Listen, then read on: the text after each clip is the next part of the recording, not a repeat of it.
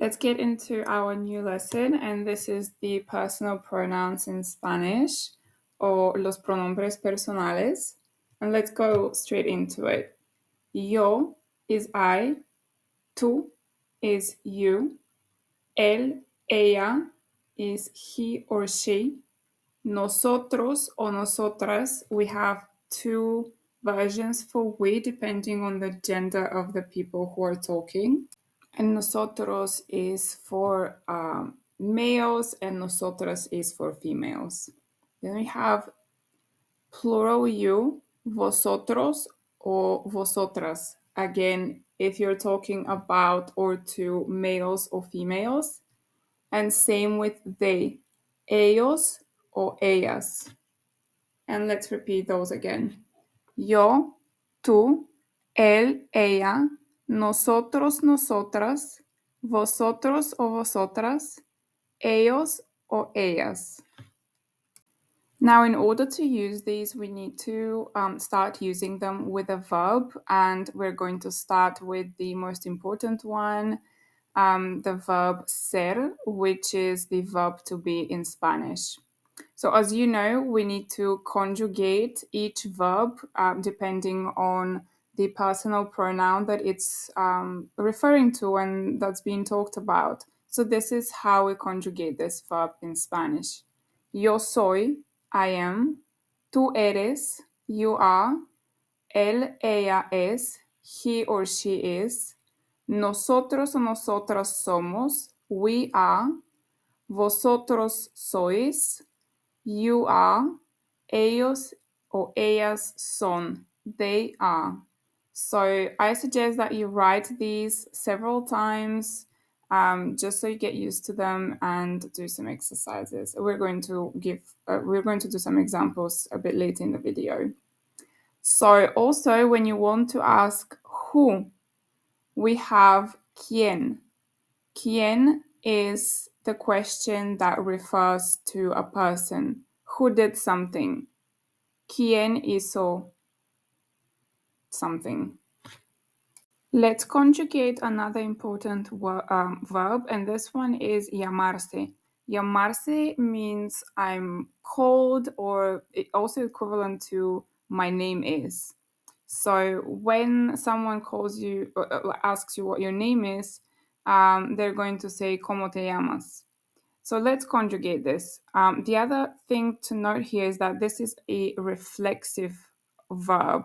When you see the se at the end in green, ese and e, that means that this is a reflexive verb. Reflexive verb means that this verb is putting the actual action onto the person who is speaking or whoever it's talked about. The equivalent in this of this in English is I'm washing myself, for example. I can do this myself. So the equivalent in English is when we use myself or yourself or themselves. Okay, vámonos.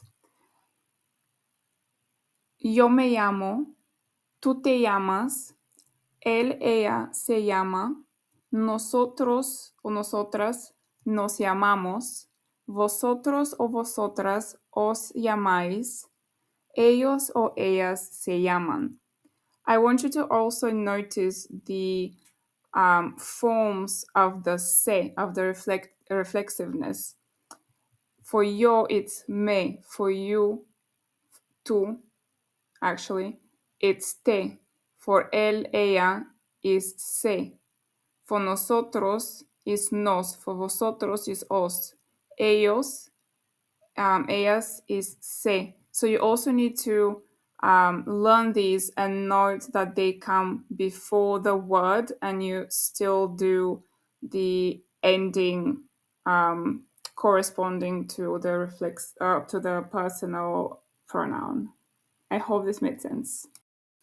Another important verb is the verb tener, which is to have. It's also a modal verb, and let's conjugate it. Yo tengo, tú tienes, él o ella tiene, Nosotros o nosotras tenemos, vosotros o vosotras tenéis, ellos o ellas tienen. Again, this is the usual conjugation. No reflexiveness, this is simpler. We use tener to talk about age. Yo tengo 20 años. Okay, the next and last verb we're going to conjugate is vivir, which is to live. And it goes in this way. Yo vivo, tú vives, él o ella vive, nosotros o nosotras vivimos, vosotros vivís, ellos viven. Now let's do some exercises with the verbs that we just learned. And these are llamarse, ser, but I think ser we're not going to include in this exercise. More like llamarse, tener, and vivir. So we're going to do maybe 4 sentences with the conjugation and using conjugating and using these verbs in sentences. So the first sentence that we're going to build, it's actually going to be maybe like more than one sentence, but let's say like a line of sentences. Let's talk about Pedro y Lola, and we're going to talk from their perspective. So nosotros. They are 13 years old and they live in Salamanca. So how are we going to say this information in Spanish? So we know we need to use nosotros. We can skip that and we can just directly say nos llamamos.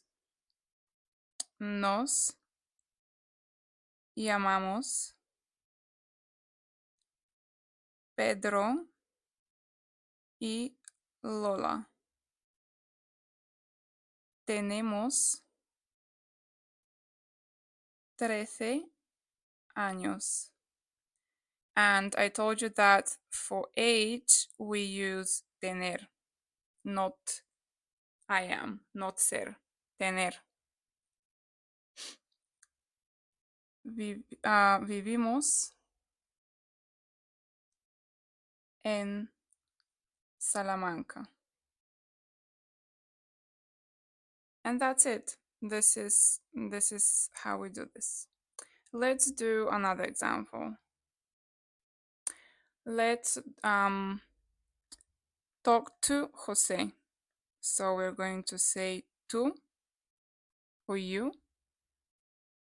Jose is 12 years old and he lives in Bilbao. So, tú te llamas José. Tienes 12 años. Vives en Bilbao. Sorry for my ugly writing. And yeah, tú te llamas José. Tienes, you have. Literally, that's what it says, but in English it sounds weird. It's you are 12 years old. In Spanish, they say tú tienes 12 años. You have 12 years, which translated sounds a bit strange, but that's how it is. And maybe try to practice this so that you get used to it.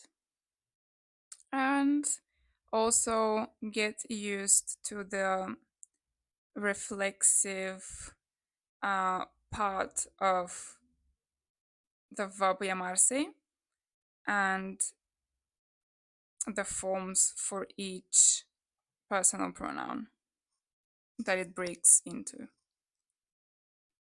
Let's do a third sentence and let's talk about Nico y Hugo.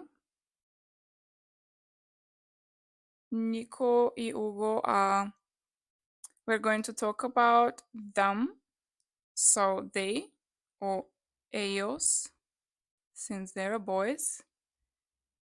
They are 10 years old and they live in Madrid. How we're going to do that? Ellos. We can also skip this in Spanish because from the conjugation we already know what or who or what we're talking about, but let's use it for now. We didn't use it in the first, but it's fine. So tienen. Oh, sorry. Should have done llamarse. Ellos se llaman Nico y Hugo. Tienen 10 años. Viven en Madrid. Viven, tienen, llaman, se llaman. And our last example, let's talk about Bea y Carmen. And we are going to talk about, we're going to talk in terms of you plural form. So they're also girls. So vosotras. They are 11 years old and they live in Valencia. To be more exact, it's easier to pronounce the C or C in terms of like an S, or how they pronounce it in South America, than the Spanish way, but I kind of mixed them up, so ignore that. It's up to you how you want to pronounce it. So Bea y Carmen,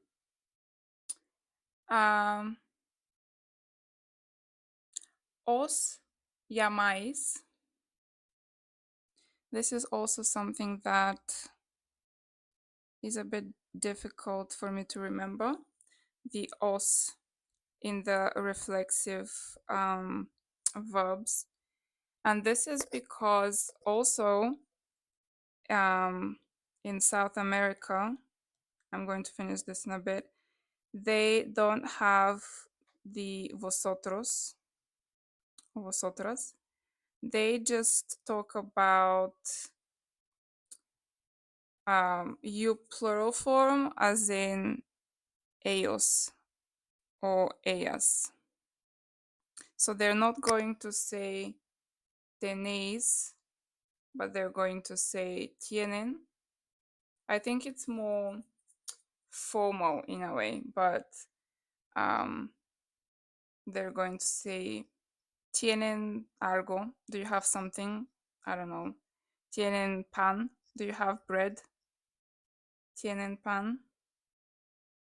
That's how they're going to talk about in terms of you plural form. So because I was in Chile and I kind of got used to that when I was learning Spanish, so now I kind of need to really think about the vosotros reflexiveness, but that's okay. We need to get used to everything and we need to know everything, so as much as we can at least. Okay, Bea y Carmen. Okay, these girls. Os llamáis Bea y Carmen. Tenéis 11 años. Vivís en Valencia.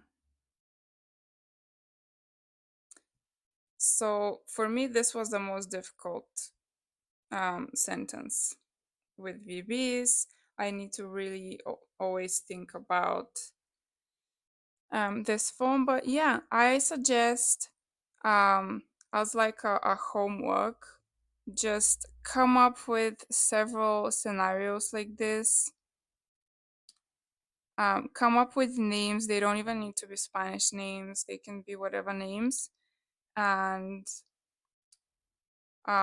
do maybe like 5 examples for yo, five examples for tú, and 5 examples for each of the rest of the pronouns.